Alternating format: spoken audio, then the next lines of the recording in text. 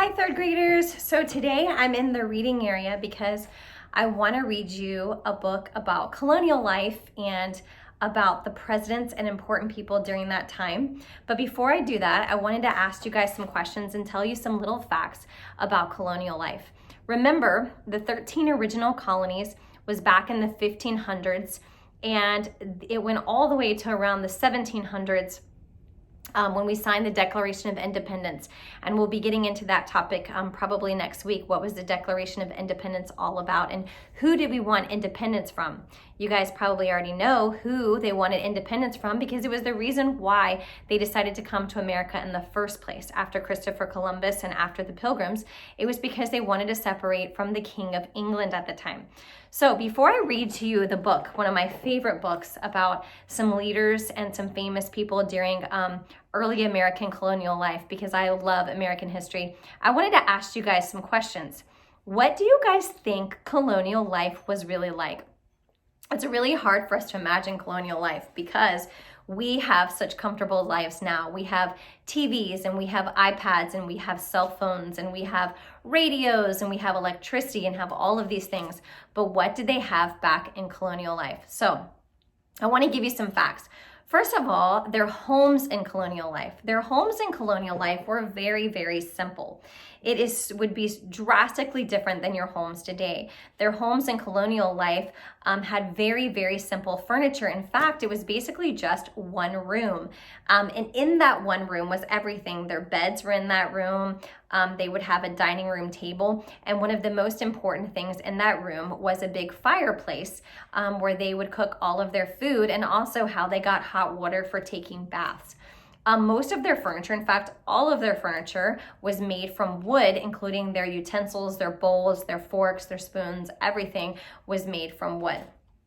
And even though these homes were so simple in colonial life, the reason why they loved them anyways was because it was so much better than life in Europe where they came from, where their king was kind of telling them what to do all of the time. And that's why they moved, because they wanted religious freedom. So they really didn't care if their home was so simple. Now, they didn't have a TV or radio like we had. And so how did they learn the latest news? Well, they actually had something called a town crier. Can you guys say that? Town crier. What is that? Is that someone who just goes through the town crying all the time? That would be really weird. Maybe some of you are like that and you're a town crier, but that's not what a town crier was.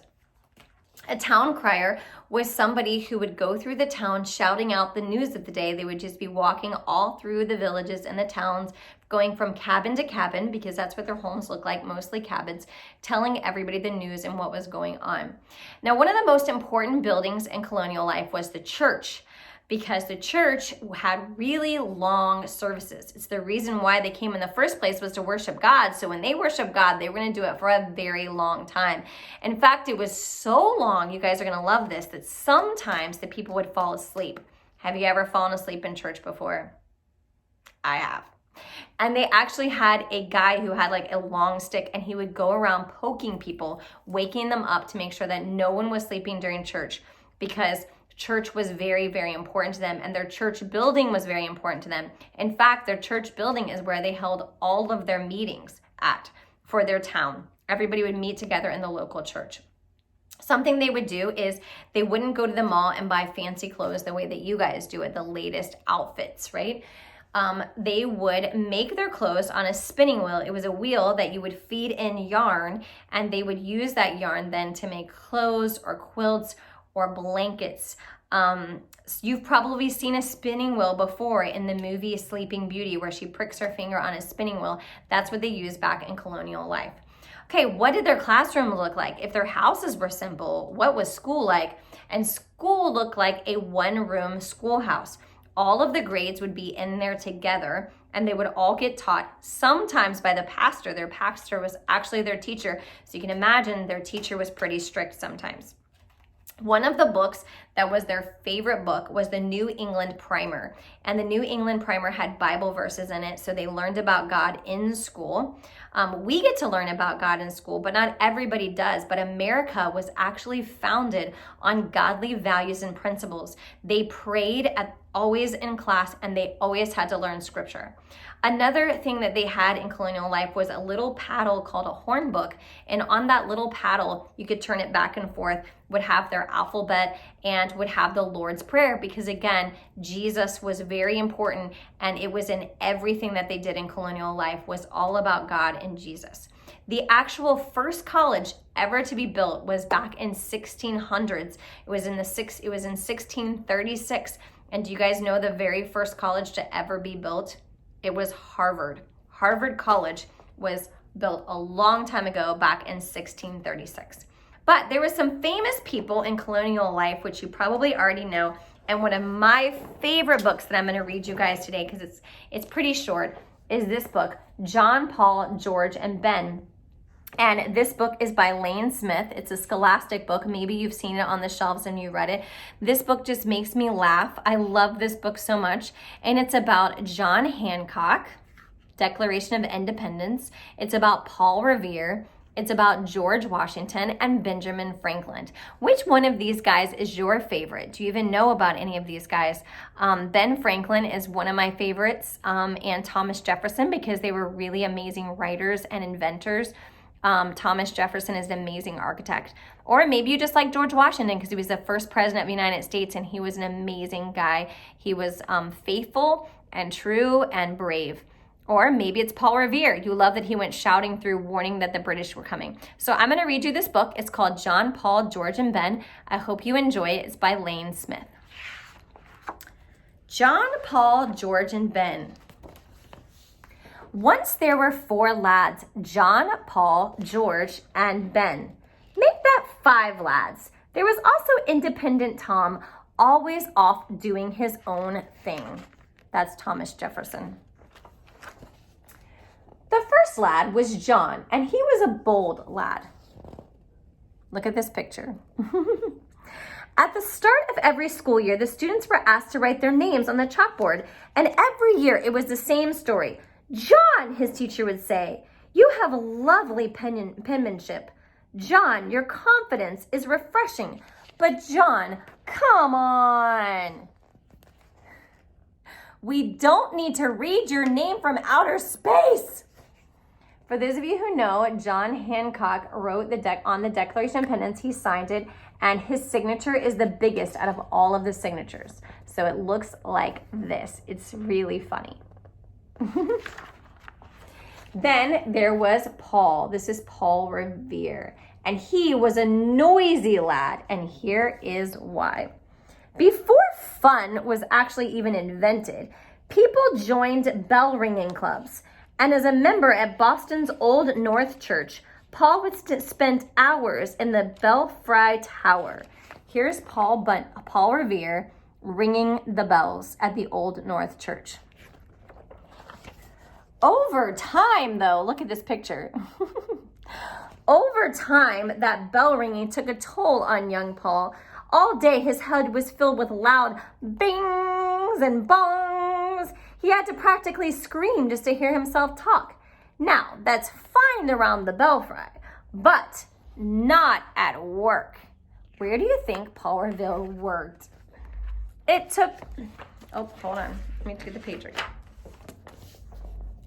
Extra large underwear. Sure, we have some. Let's see. Large, extra large. Here they are. Great, big, large, extra large underwear. Nobody would want you talking about their underwear that loud in a store. Paul was like a bullhorn in a china shop. Your wig? Yep, it's coming. Your wig and your polka dot shirts are coming, and the pink breeches are coming. It took many years and a midnight ride for people to finally appreciate his special talent. The red coats are coming. The red coats are coming. As we all know, Paul Revere was the one that warned that the British were coming so that they could be ready. So we are happy and thankful for Paul Revere.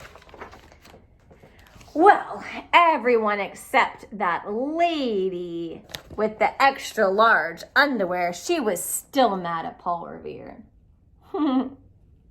And then there's George. We know him as George Washington. He was a very honest lad.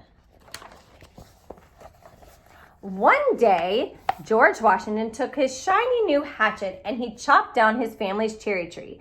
When his father discovered the tree, he asked, "Son, do you know who killed this beautiful little cherry tree?" "I cannot tell a lie," answered George. "'Twas I who chopped down this cherry tree." "Then run to my arms, dearest boy," cried his father, "for you have paid for it 1,000-fold with your honesty." "Really?" said George.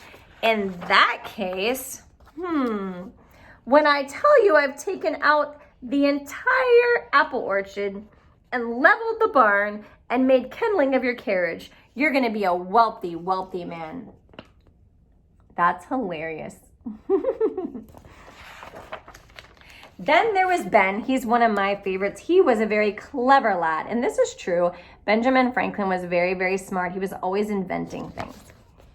Not only did he have a saying for every single situation, he generously shared them with anyone, anywhere, at any time. "Fish and visitors stink after 3 days." No one wants to hear that. I'm trying to get where I can see you guys. He considered it his duty to provide frequent free advice. "The sleeping fox catches no poultry. Those who quarrel interpose most often wipe a bloody nose. If your head is wax, don't walk in the sun. 3 can keep a secret if 2 of them are dead." The townsfolk were so taken by his generosity, they came up with a saying especially for Ben. "Please shut your big yap." Everybody just got tired of Benjamin Franklin telling them what to do. "I like it," said Ben, "short and to the point. Work a fox or turkey in there and I think you've got something." Now, Benjamin Franklin actually wrote an almanac, and so he was really popular for his sayings, and so that's why the book is talking about that. Okay, then we have Thomas Jefferson, and he was an independent lad, because you have to remember Thomas Jefferson is the one who wrote the Declaration of Independence, declaring their independence from the King of England. So let's see what it says about Thomas Jefferson. One day, his teacher, Mr. Douglas, asked the class to make birdhouses by gluing macaroni to ye old balsa wood. Tom happily ignored him and used traditional building materials and a neoclassical design. Can you imagine that? When the class made a palm tree, Tom took one look and said, "Not on your life." And then he quickly left. What do you think he's going to do? Oh my goodness. He left to sketch his own tree. You see, Thomas Jefferson was an amazing architect, designer, writer. He has a house called Monticello that he designed. It's a beautiful house that you can still see. "Young Thomas," fumed Teacher Douglas, "would you mind explaining to the class why you insist on working so independently?" "Certainly," said Tom. "In fact, I've taken the liberty to list the very reasons." Tom learned the power of his words that day. Mr. Douglas told him to pursue all the life, liberty, and happiness he wanted. But he had to do it independently in the corner. The other students pursued lunch. The rest is really history. Say, do you want a revolution? Well, John, Paul, George, Ben, and Tom sure did. In fact, in April of 1775, they got one. The Redcoats were coming. In fact, King George III army was marching to Lexington and Concord to arrest John and all the other Sons of Liberty. And if you want to research more about the Sons of Liberty, this is what they actually look like. This is at the top what Paul Revere looks like. This is Thomas Jefferson, Ben Franklin, George Washington, and of course, there's John Hancock signing the Declaration of Independence. So big, right? This, again, is one of my favorite books, John, Paul, George, and Ben. It's really funny. And when you learn more about these leaders of colonial life and the Revolution and the Sons of Liberty, you're going to fall in love with them too. So again, continue to read and do those papers about colonial life and what it was like 500 years ago, all those years ago, what life was like for the people in the United States. And you guys have an awesome day. Bye.